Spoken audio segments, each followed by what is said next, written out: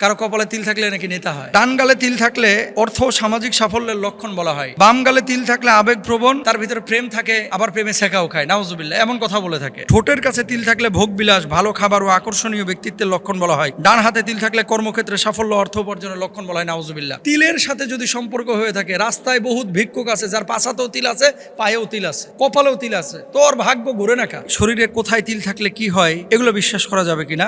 2 নম্বর, এগুলো যদি বিশ্বাস করি ইমানে কোনো ত্রুটি হবে কিনা। এগুলো কিন্তু কোনো আলেম আলোচনা করে নাই বা কোনো আলেম কিন্তু বলে নাই, সবাই কিন্তু কুসংস্কারের কথা বলেছে। কিন্তু জ্যোতিষীরা, গণকরা অথবা যারা লোকের কথা বিশ্বাস করেন, অনেক মানুষ আছে অনেকে অনেকভাবে বিশ্লেষণ করেন। দেখবেন কিছু কিছু মানুষ এরকম বলে থাকে যে কপালে তিল থাকলে নেতৃত্ব গুণ, সম্মান ও ভাগ্যের সঙ্গে যুক্ত বলা হয়। কারো কপালে তিল থাকলে নাকি নেতা হয়, নাউজুবিল্লাহ। আবার বলে থাকে ডান গালে তিল থাকলে অর্থ ও সামাজিক সাফল্যের লক্ষণ বলা হয়, নাউজুবিল্লাহ। বাম গালে তিল থাকলে আবেগপ্রবণ বা জীবনে উঠানামার ইঙ্গিত বলা হয়, তার ভিতরে প্রেম থাকে, আবার প্রেমে ছেঁকাও খায়, নাউজুবিল্লাহ, এমন কথা বলে থাকে। নাকের উপরে তিল থাকলে আত্মবিশ্বাস, ভ্রমণ প্রিয়তার সাথে যুক্ত করা হয়, নাউজুবিল্লাহ। ঠোঁটের কাছে তিল থাকলে ভোগ বিলাস, ভালো খাবার ও আকর্ষণীয় ব্যক্তিত্বের লক্ষণ বলা হয়। চিবুকে তিল থাকলে স্থিরতা ও সম্পদ, পারিবারিক জীবনে প্রতিষ্ঠার লক্ষণ বলা হয়। ঘাড়ে তিল থাকলে সৌভাগ্য, ডান হাতে তিল থাকলে কর্মক্ষেত্রে সাফল্য, অর্থ উপার্জনের লক্ষণ বলা হয়, নাউজুবিল্লাহ। দেখেন এই বিষয়গুলো কুল্লা ইয়ালামু মান ফিস সামাওয়াতি ওয়া মান ফিল আরদ, দেখেন আসমান এবং জমিনের মধ্যে যত জ্ঞান আছে এগুলো হচ্ছে সব কিছু আল্লাহ সুবহানাহু ওয়া তাআলা জানেন। কোনো মানুষ কিন্তু আপনার ভালো মন্দ এই সমস্ত জিনিসগুলো নিয়ন্ত্রণ করতে পারে না, সব কিছু জানেও না। আমরা ওই যে হাসছে, গালে টোল পড়ে, কাহারে ভালো জামাই পাবে, গালে টোল পড়ে ভালো ইয়া পাবে, বউ পাবে। কপালে দেখবেন চুলের উপরে 2টা ওই যে টিক্কা রয়েছে, 2টা বউ হবে, তো 3টা টিক্কা রয়েছে, 3টা বউ হবে। এই সমস্ত বিষয়গুলো হচ্ছে উপমহাদেশ আর আফ্রিকার কিছু অঞ্চলের কালচার, এবং এগুলো মানুষের প্রচলিত একটা ধারণা। সম্পূর্ণরূপে এগুলো ভণ্ডামে, সম্পূর্ণরূপে ভণ্ডামে। মনে রাখবেন আমাদের আকীদা হচ্ছে ওয়াল কদরি খায়রিহি ওয়া শাররিহি মিনাল্লাহি তাআলা, ভালো মন্দ সব কিছু এটা হচ্ছে আল্লাহ তাআলার পক্ষ থেকে হয়ে থাকে। তিলের সাথে যদি সম্পর্ক হয়ে থাকে, রাস্তায় বহুত ভিক্ষুক আছে যার পাছাতেও তিল আছে, পায়েও তিল আছে, কপালেও তিল আছে, তোর ভাগ্য ঘুরে নাকা। এগুলো বুঝতে হবে। তিলের সাথে ভাগ্যের কোনো সম্পর্ক নাই। আমি আবারও বলি, কপালে টিক্কার সাথে 2 বউ হওয়ার কোনো সম্পর্ক নাই। অনেক কপালে টিক্কাওয়ালা আছে যার বিয়েই হয় না, মেয়েরা এরা পছন্দই করে না। তো তার মানে কি বোঝা যায়, এগুলো আসলে হচ্ছে প্রচলিত কুসংস্কার, এগুলো বিশ্বাস করা যাবে না। আপনাদেরকে এতটুকু কমন সেন্সে খাটে না যে যারা এগুলো বলে ও আবার ওই বসুন্ধরা সিটিতে ভিক্ষা করে কেন? যারা এগুলো বলে তারা আবার ওই গুলিস্তানে ভিক্ষা করে কেন? আপনারা কেন তাদের কাছে যান? মনে রাখবেন লা ইয়াস্তারকুনা ওয়ালা ইয়াত্তাইয়ারুনা ওয়া আলা রাব্বিহিম ইয়াতাওয়াক্কালুন। যারা এগুলো বিশ্বাস করবে না, এমন 70,000 উম্মতকে বিনা হিসেবে আল্লাহ জান্নাত দিবে। সুবহানাল্লাহ, এটা নবীজি নিজে বলেছেন। এগুলো আপনারা কেউ বিশ্বাস করেন না প্লিজ। এগুলো বিশ্বাস করলে ঈমান থেকে দূরে সরে যাবেন। বিজ্ঞান বলতেছে শরীরের রক্ত জমাট হয়, স্ক্রিনের প্রবলেমের কারণে এই তিলগুলা দেখা যায়। আর আমাদের বাংলাদেশে এটা ব্যবসা, বাম পায়ে তিল থাকলে বিদেশ যাওয়া যায়, বারবার বিদেশ যাওয়া যায়।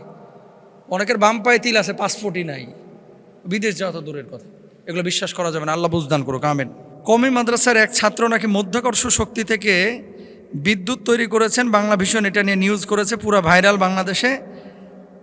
আর উনি বারবার একটা কথা বলেছেন যে কোরআন থেকে উনি তথ্য নিয়ে এই বিদ্যুৎ উৎপাদন করছেন মধ্যাকর্ষ শক্তি ব্যবহার করে, বা যাই হোক বৈজ্ঞানিক কোনো রুলস বা কোনো নিয়ম নীতি ফলো করে। আচ্ছা, তারপরে লাস্টে লিখেছেন যে কোরআনে আসলে ডিরেক্ট এই বিদ্যুৎ উৎপাদন নিয়ে এরকম কোনো কথা আছে কিনা। দেখেন, ঢালাওভাবে সব কিছুতে কোরআনকে এভাবে জড়িয়ে দেওয়া, প্রমাণ না করে বা স্পেসিফিক ব্যাখ্যা না করে, এটাতে আমরা কিন্তু একটু বিরূপ মন্তব্য বা প্রতিক্রিয়া মতামত দিই। আমি প্রথমত সাংবাদিক যিনি নিউজ করেছেন এবং যিনি আমাদের যে কওমি উলামা ইকরাম, কওমি মাদ্রাসার যিনি ছাত্র বা আলেম, তিনি যে উদ্ভাবনের চেষ্টা করেছেন, আমি মনে করি তাদের কাউন্সেলিং করা দরকার। আপনি উদ্ভাবনের কথা বলেছেন, কিন্তু কি উদ্ভাবন করেছে, কি উৎপন্ন করেছে, বিদ্যুৎ কিভাবে তিনি উৎপাদন করেছেন, সেটা পুরো প্রক্রিয়াটা আপনি দেখাইতে পারেন না। এখন কি হচ্ছে, মানুষ কাল থেকে নক করছে যে হুজুর কোরআনে কোন আয়াতে বিদ্যুৎ উৎপাদনের কথা আল্লাহ বলেছেন। কারণ আমি শুধু না, এরকম অসংখ্য আলেম কিন্তু এই প্রশ্নের সম্মুখীন হচ্ছেন যে কোন আয়াতে বিদ্যুৎ উৎপাদনের কথা বলেছেন। তো আসলে কি আল্লাহ তাআলা বিদ্যুৎ উৎপাদনের কথা এইভাবে কোরআনে বলেছেন? আল্লাহ তাআলা কিন্তু এইভাবে বিদ্যুৎ উৎপাদনের কথা বলেন নাই। তবে হ্যাঁ, বিদ্যুতের কথা আল্লাহ তাআলা বলেছেন। বজ্রধ্বনি, বিদ্যুৎ চমক। এই যে সূরা রাদ আল্লাহ তাআলা নাজিল করেছেন। সূরা বাকারার মধ্যে আল্লাহ সুবহানাহু ওয়া তাআলা বলছেন ইয়াকাদুল বারকু ইয়াখতাফু আবসারহুম, এরকম অসংখ্য আয়াত আছে। তারপরে দেখেন সূরা রাদে আল্লাহ বলছেন হুয়াল্লাযী ইউরিকুমুল বারকা খাওফা ওয়া তামা ওয়া ইউনশিউস সাহাবাস সিকাল। সরি, আয়াতটি আমি আরেকবার বলি।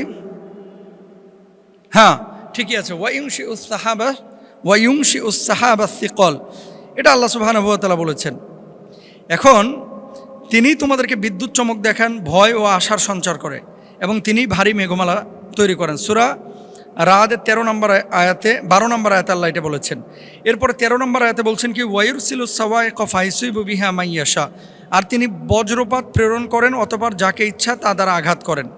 এরপরে সূরা আন-নূরের 43 নম্বর আয়াতে বলছেন আলাম তারা আন্নাল্লাহা ইযি সাহাবান সুম্মা ইউআল্লিফু বাইনাহু, দীর্ঘ আয়াত।